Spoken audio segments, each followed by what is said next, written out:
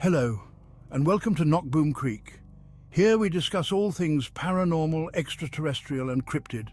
On today's episode, we'll be discussing how not everything or everyone is what they seem.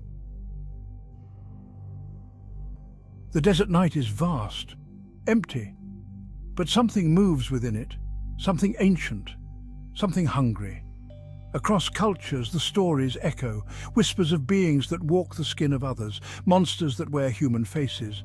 They are called by many names, but the fear they evoke is universal. This is the legend of the Skinwalker.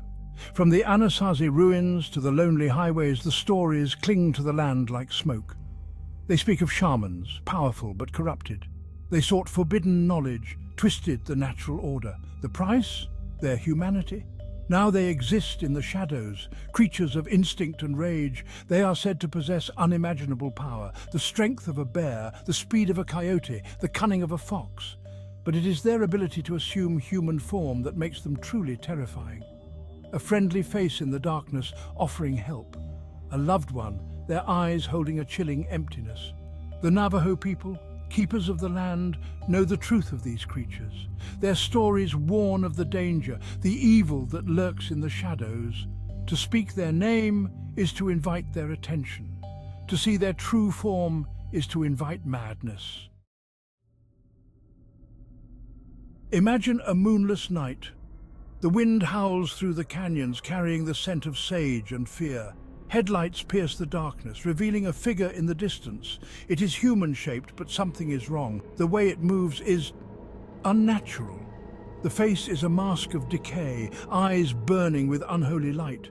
You press down on the accelerator, desperate to escape. It keeps pace with your car, its laughter echoing in your ears. Terrifying glimpses of creatures that defy explanation. They mimic voices, luring the unwary to their doom, windows to a soul consumed by darkness. The reservation stretches for miles, a tapestry of red rock canyons and endless sky. It is a place of stark beauty, but also of deep-seated fear.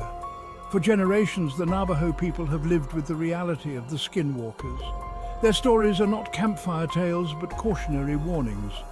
They speak of the creature's ability to control animals, to send owls as spies, coyotes as scouts, to summon packs of wolves to do their bidding. The very land seems to bend to their will, the shadows themselves becoming their allies. There are those who scoff at these stories. They dismiss them as superstition, the product of overactive imaginations. But even the most skeptical can't ignore the sheer volume of sightings, the consistency of the descriptions, the raw terror in the voices of those who claim to have encountered these beings. In Navajo culture, it is taboo to even speak of the Skinwalkers. To do so is to invite them into your life, to draw their attention. But the stories persist, passed down through generations. A chilling reminder that some things are best left undisturbed. The stories of the Skinwalkers are not confined to the Navajo Nation. Across the American Southwest, similar legends exist. The Apache speak of shape-shifting witches who prey on the living. The Hopi warn of sorcerers who have sacrificed their humanity for power. A malevolent entity that can assume the form of a loved one. A creature that uses trust and familiarity as weapons. This primal fear transcends cultural boundaries. The sun dips below the horizon, painting the desert sky in hues of orange and purple. Shadows lengthen, stretching like grasping claws across the landscape. The air grows still, heavy with anticipation. This is the time when the Skinwalkers are said to be most active, when the veil between worlds is thin. Silence hangs heavy over the reservation. Dogs bark at unseen figures, horses whinny in their stalls, sensing something amiss. Even the wind seems to whisper a warning, carrying the sound of distant drums and inhuman cries. Inside their homes, families gather close.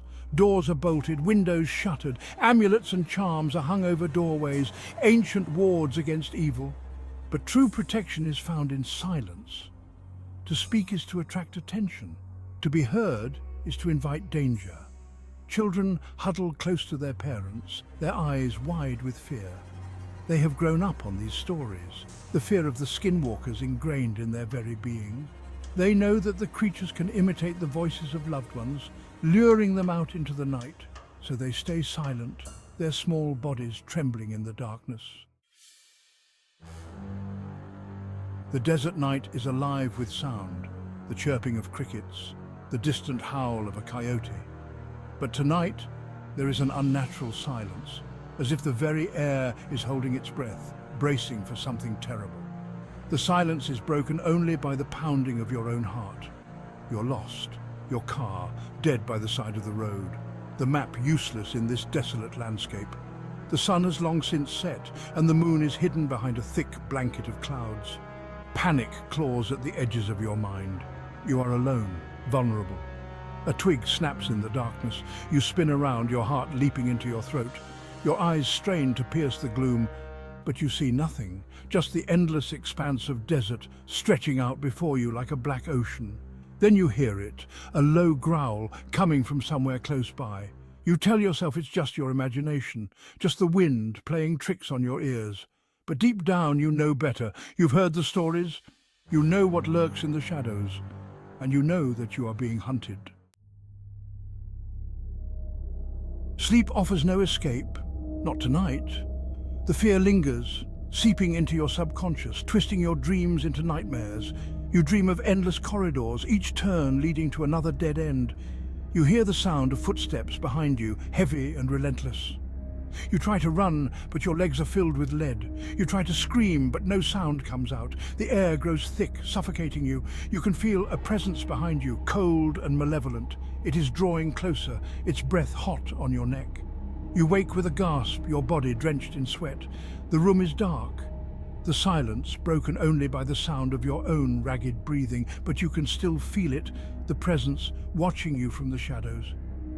You tell yourself it was just a dream, but a sliver of doubt remains. What if the Skinwalkers can reach you even in your sleep? What if they are feeding on your fear, growing stronger with each passing moment? The sun rises, painting the desert sky in hues of gold and crimson. The shadows retreat, vanishing like wraiths before the light. The world seems a little less menacing, the air a little easier to breathe. But the memory of the night lingers, a cold knot of fear in the pit of your stomach. You will never be the same. The encounter, real or imagined, has left its mark on your soul. You're haunted by the silence, the shadows. You find yourself constantly looking over your shoulder, searching for any sign of movement. The stories of the Skinwalkers are more than just legends. They are a reflection of our deepest fears, the fear of the unknown, the fear of the darkness that lies within us all. And like all good horror stories, they contain a grain of truth.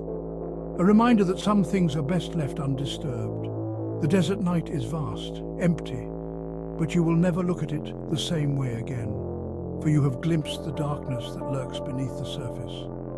You have felt the gaze of the Skinwalker, and you know that some wounds, even time, cannot heal.